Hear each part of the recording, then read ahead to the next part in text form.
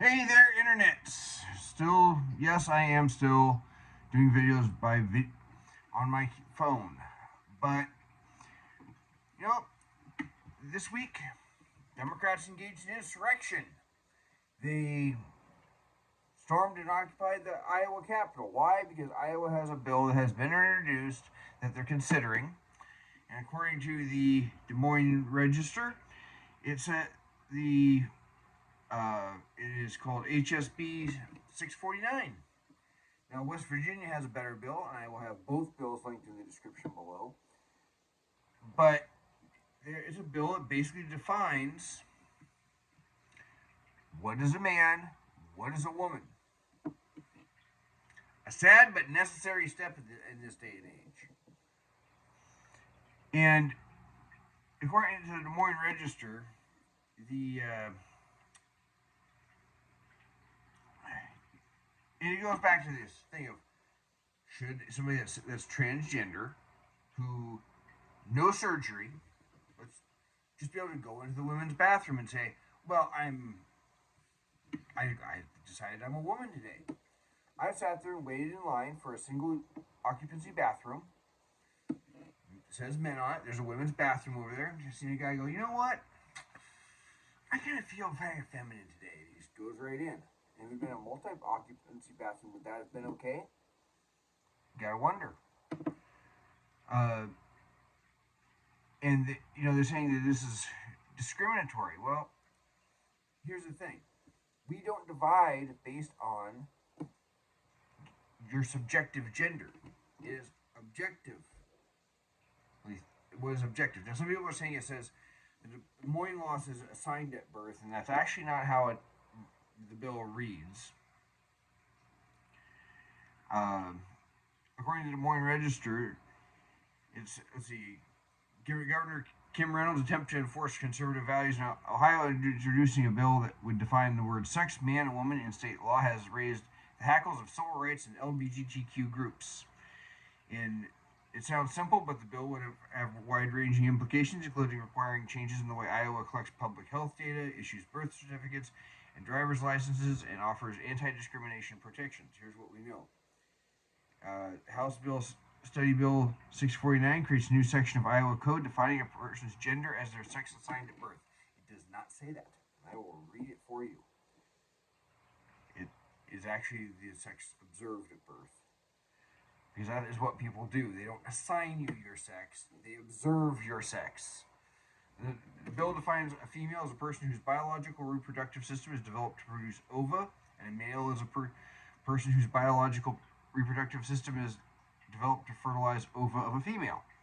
The bill says if a person is issued a new birth certificate, driver's license, or non-operator's ID card following the change of an applicant's sex designation, the new document will list the person's sex at birth and their sex following treatment. So you can still change your birth certificate, but it's really not going to be known to anybody unless somebody needs to actually see that birth certificate. It also says that when cities, states, or school districts collect data for public health reasons, crime statistics, or to comply with anti-discrimination laws, they will identify people only as male or female. So West Virginia's law is actually better. Iowa's bill says the term equal does not mean same or identical, and that separate accommodations are not inherently unequal. And of course, there's another time where in a situation where the court ruled that's not the case. But men and women are not the same. Sorry, liberals, they're not. It's called objective reality. Um, and it's about protecting the health, safety, and privacy of Iowans. And that's the thing is, if you look what happened to the Pennsylvania swimmer, what did he change his name to? Leah Thomas. Leah, the women on the team were told, if you have a problem with this, the problem's with you, not with Leah. Leah Thomas, also originally born as Will Thomas, proceeded to, instead of just going to a corner and changing, walk around the locker room naked with his junk hanging out. Riley Gaines has talked about that, and that's exactly the kind of stuff that why we're saying there's a problem here. You know, we're trying to, that men and women are different. You can't have, and I remember seeing a video by Sydney Watson. She ended up in one of these talk show things, and this per- woman helping promote the gender cult. Some doctor said, "Well, what's this obsession with this one narrow definition of woman?" It's like you can't. I wanted to just scream at the video and go, "You can't have a protected space for women if you can't define what a woman even is objectively. It's not subjective, it's objective. You either are or you are not. Intersex people who are born with sex characteristics that do not fall under male or female are not explicitly mentioned in the legislation.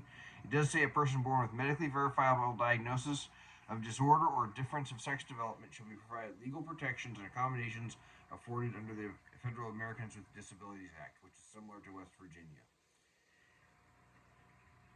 Um, and here's the thing: is they're trying to force this down everybody else's throat, and it's just not taking. The legislation's definition of mother, a parent who is female, and father, a parent who is male, would also complicate circumstances for children born of same-sex parents.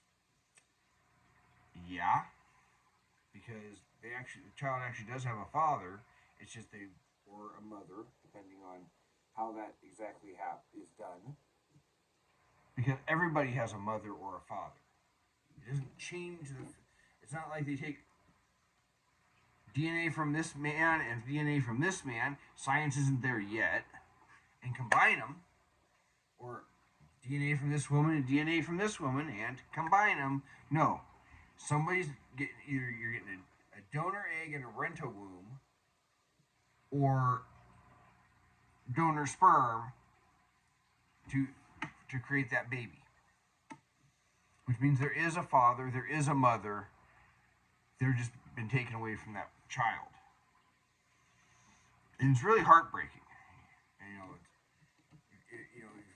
anytime I found myself wavering, I saw this video shared by Sour Patch Lids, and it's like this woman bringing this newborn baby, just minutes old, into the room, and here's these two guys waiting like, "Oh goody," and it's like, this is a commodification of children, and it really. I mean, you watch it and you can't help but have your heart break knowing that child's probably never going to know their mother. And, there are other cases where, you end up with a donor egg with an infertile straight couple, but there is a mother there who carries the child. I mean, none of that is perfect. So, but in the Iowa legislation itself,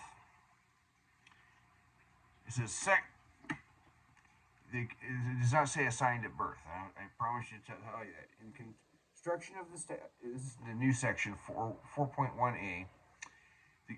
In the construction of statutes, the following rules shall be observed with regards to a person's biological sex. Sex means a child's biological sex, either male or female, at birth, with regard to unless otherwise provided by the law. Female is a person whose biological reproductive system is developed to produce ova, and a male is a person whose biological reproductive system is developed to fertilize the ova of a female. The term woman or girl refers to a female, and the term man or boy refers to a male. The term mother means a parent who is female. The term father means a parent who is male. So under this law, it actually, for a same-sex couple, you would have two fathers, the way this is worded. And then it goes into the people who are otherwise not the normal situation with how their body has developed. Notwithstanding any provision of this law to the contrary, distinctions based on sex, including but not limited to in prisons or other detention facilities, domestic violence shelters, rape crisis centers, locker rooms, restrooms, and other contexts where health, safety, or privacy are implicated, resulting in separate accommodations, are substantially related to the important government objectives in protecting the health, safety, and privacy of the persons in these contexts. I'm sorry, but when you're stark ass naked, you have a reason to be concerned about your privacy and safety. You know, a lot of people know I'm a martial arts instructor part time. I've got Miyamoto Musashi's book of Five Rings up on top of the desk here. And there's a story that they wanted to assassinate him, and he was in a bathhouse. And so he had no clothes. But they decided they'd get him then. Somehow he fought his way out and escaped. But after that, he was like, I'm not going to put myself in danger again, so he never took a bath. So I'm sure he was a fun one to sit right next to. But, you know, you are vulnerable in that moment. And let's be honest about it, where they've stuck sexual predators who've then decided that they identify as female into women's units. Women have been sexually assaulted by that person and even impregnated. So, and it goes through a bunch of, you know, if there's new birth certificates and all this, and says you'll note both. So if somebody pulls up and says, "May I have your driver's license?" They pull it out. It'll say, yeah, they were born male and they've been changed to female. How that's going to look, I don't know. The cop doesn't need to know any more than to be able to say, oh, they had a sex change at some point. And it basically says post-op at that point as well. Because it requires that the surgery, the exact wording on the law reads,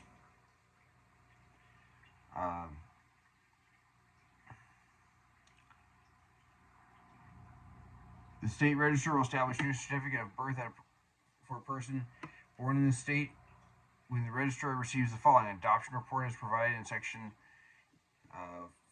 44.19, or a certified copy of the decree of adoption together with the information necessary to identify the original certificate of birth and establish a new certificate of birth. A request that a new certificate be established and evidence providing that the person for whom the new certificate is requested has been legitimated and the court of a competent jurisdiction has determined the paternity of the person.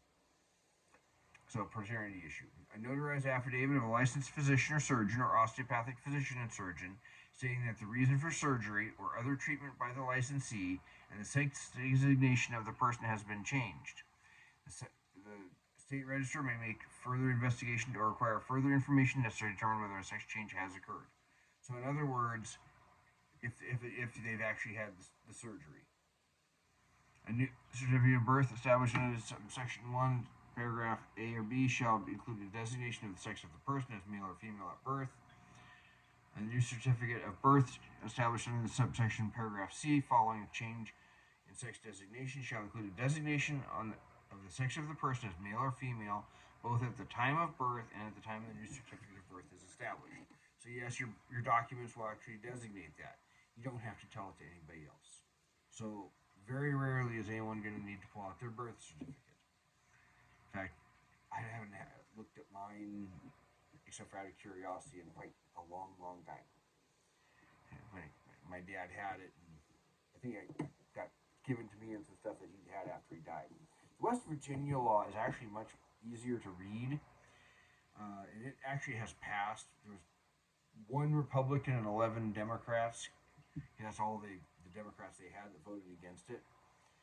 It actually reads a little bit better. I really think if Republicans are going to be as unimaginative as Democrats are with gun laws, they should just copy and paste West Virginia's. It may be cited as West Virginia's Women's Bill of Rights. Democrats are saying this doesn't add any rights or do anything, and they tried to amend it multiple times, including trying to rename it as a Bill of Wrongs. They did actually amend it, apparently, to remove unwanted sexual contact between married people. So they did something about a state that still allowed for marital R word. But for purpose of the West Virginia Bill of Rights, to bring clarity, certainty, and uniformity to the laws of West Virginia regarding sex discrimination, equality of the sexes, and benefits of services specifically provided to males slash men and to females slash women. So again, if something is for women, to designate that. The West Virginia Women's Bill of Rights applies whenever West Virginia or an instrumentality of the state classifies people on the basis of sex or otherwise defines people as being male or female, women or men, boys or girls, and definition contained in this code apply. As you here it says, a woman is an adult human of the female sex, and a man is an adult human of the male sex. A girl is a adult female who has not reached adulthood. Boy, same. It defines mother as the female parent, father. Female when in reference to a natural person is an individual who has had, will have, or would have, but for a developmental anomaly, genetic anomaly, or accident, the reproductive system that at some point produces ova. Actually, better written, I think, than Iowa. Male, when used in reference to a natural person, means an individual who has had, or will have, or would have, but for a developmental anomaly, genetic anomaly, or accident, the reproductive system that at some point produces sperm for the fertilization of female ova. So this covers all of the cases of where they try and make an anomaly the norm, or an excuse to say that there's more than two genders. I know of one case when I was debating it with somebody on Facebook, and they pointed an article that said, well, if this one gene swaps from the Y to the X during the reproductive process, it produces a child that a person that has this one female gene that makes them sterile. That would be an example of it. So, well, it's not so clear. It is clear. Their body either develops as male or female. Individuals with differences in sex development, also known as DSD or intersex conditions, are not a third sex. Individuals with congenital or medically verified DSD diagnosis must be accommodated consistent with state and federal law. There's a language substitution whenever in Virginia law the word gender standing alone as opposed to the phrase gender identity is hereby deleted and replaced with the word sex as defined herein. Any policy, program, or statute that prohibits sex discrimination shall be construed to forbid unfair treatment of males or females and similarly situated members of the opposite sex. So you cannot discriminate between them. What's the problem here, Democrats? Because the state of Virginia has an important interest in preventing unjust discrimination and maintaining its safety, privacy, and fairness, with Virginia and its political subdivisions and instrumentalities may provide separate single-sex environments for males and females where the sexes are not similarly situated, particularly with respect to biology. Biology, not something subjective. An illustrative, non-exhaustive examples, public entities in West Virginia may distinguish between the sexes with respect to athletics. So yes, you can divide by sex, not gender identity. Living facilities, locker rooms, bathrooms, domestic violence shelters, rape crisis centers, and without running afoul of anti-discrimination mandates. Wherever West Virginia's political subdivisions or instrumentalities in fact provide separate single-sex environments for males and females, the definition established in this code must apply. And there's any West Virginia public school district, agency, department, or instrumentality of the state that collects vital statistics related to sex for the purposes of complying with state or federal anti-discrimination laws, or for the purpose of gathering accurate public health, crime, economic, or other data, shall identify a natural person with respect to the collected data as either male or female as defined in this act. So, and one of the complaints Democrats had, and I have an article for each of these. At least one article. Where's the West Virginia one? There it is. For instance, Democrats are complaining that it doesn't allow someone to use a bathroom consistent with their gender identity. That's because the bathroom is not divided by gender identity. It's divided by biology. I don't know what Democrats don't get about this. It's biology, not how you identify. In fact, I think in that West Virginia law, I didn't read, I only read every last thing here. Um,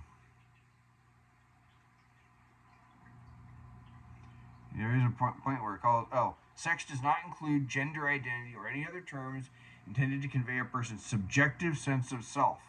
Gender identity and other subjective terms may not be used as synonyms or substitutes for sex, which is exactly what they're at. So if you're going to try and use gender identity, that's the only criticism I have of it is trying to divide gender from sex, because ultimately they are together. They come through and say you can't just say that I identify as, therefore I get to use it. No, you use what's consistent with your biology. All right, there's no reason, here's the thing. If women aren't supposed to feel threatened by a man claiming to be a woman going into the bathroom, then that man claiming to be a woman should not feel threatened or by being expected to go into the bathroom intended for males. You can't have it both ways. What it is they're trying to erase that idea of men and women being different. And that's not reality. So that's what the laws they got, and quite frankly, they're necessary. Unfortunately, my state in Washington will not do that because my state is fully on board at the present with the left's weird-ass gender cult. But that's what I got for you. That's one of the things that wasn't as big in the news. I know Matt Walsh talked about it, but it's a law, and Tim Pool talked about it, I think, on Friday night. Sounds like a good law. I think West Virginia did it better. But you let me know what you think in the description. Maybe you think Iowa did it better.